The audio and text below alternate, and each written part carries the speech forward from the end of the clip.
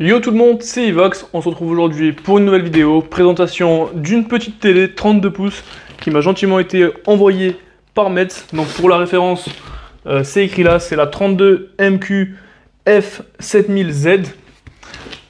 Donc c'est une petite télé mais avec des specs de grande. Donc je vous propose qu'on passe dans un premier temps à l'unboxing et ensuite on va tester la bête. Allez, c'est parti.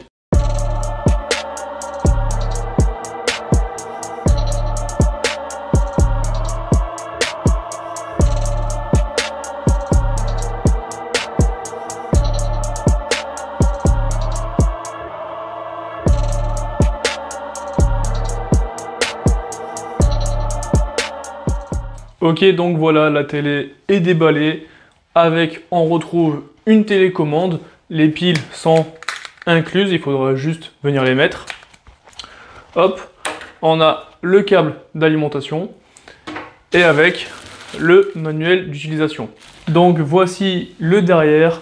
Ici, on va retrouver l'alimentation. On voit ici qu'on a également le support standard pour venir accrocher si on veut la mettre au mur, donc pas obligé de mettre les pieds. Ça, je sais même plus le nom tellement c'est ancien. C'est la dernière fois que j'ai vu ça, c'était sur la Wii. Et également, on retrouve d'autres ports ici. Je vais venir vous filmer de plus près. Donc, on retrouve en bas des USB, un port Ethernet. Ici, c'est l'antenne si vous voulez mettre la télé. Et on a également deux HDMI. Et ici, une prise jack si vous voulez brancher un casque. Alors moi, le premier truc qui m'a choqué quand j'ai unboxé cette télé, c'est le poids. Elle est d'une légèreté. Je vais trouver une technique pour la peser sur la balance de cuisine que j'ai, parce qu'elle est vraiment légère, et il faut que je vous parle du poids. Donc voilà le setup pour la peser. Est-ce que vous êtes prêts pour le poids? Vous allez être surpris. On est sur 3,2 kg. À savoir que j'ai fait le tard, hein, bien évidemment. J'ai enlevé le poids du carton. Donc, télé ultra légère, c'est vraiment impressionnant. Je vous propose qu'on passe, sans plus attendre, au démarrage de la bête. Ok, donc voilà, on se retrouve une fois la télé paramétrée et installée.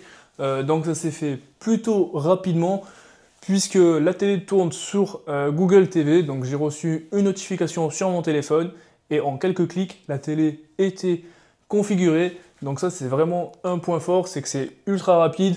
Comme vous pouvez le voir également avec Google TV, on va retrouver plein de librairies, donc d'applications, une bibliothèque très fournie. Par exemple, au niveau des applications, vous voyez que j'en ai mis un paquet. J'en ai sélectionné par défaut, j'ai mis Spotify, Twitch, Molotov pour avoir la télé, il y a YouTube, etc. Donc très facile à paramétrer et surtout très rapide. Donc Google TV, c'est vraiment un très bon point, ça c'est un gros plus. Ok, donc là, on va être parti pour un test. Donc pour les specs techniques, rapidement, hein, on est sur une télé 32 pouces, 90% DCI P3. Donc on est au prix d'une télé 2K standard, sauf qu'ici on a du QLED, donc ça c'est vraiment dingue. On a également en plus l'HDR10, donc on va retrouver des couleurs éclatantes. Et au niveau de l'audio, on est sur Dolby Atmos. Donc vous allez voir, je vais poser le micro pas très loin, pas trop près non plus pour pas que ça sature. Je vais vous mettre la vidéo et vous allez voir, c'est parti. Tac, je mets le micro à peu près ici. Voilà, je recule un peu la vidéo et je vous laisse profiter.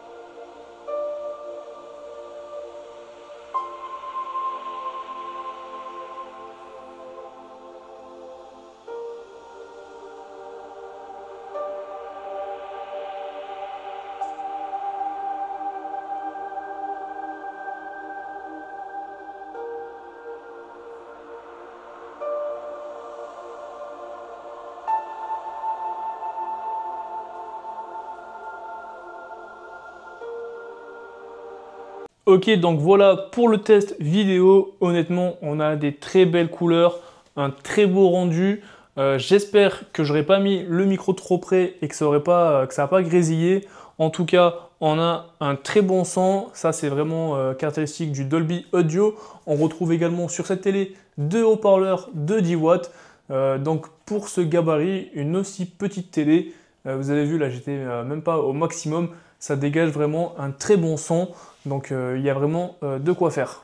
Également, le point fort de cette télé, c'est qu'elle a plusieurs modes. Elle gère également le mode pour les daltoniens. On a un mode anti-scintillement et un mode protection lumière bleue. Par exemple, si vous allez dans Images, que vous descendez, vous allez dans Paramètres avancés, vous descendez tout en bas.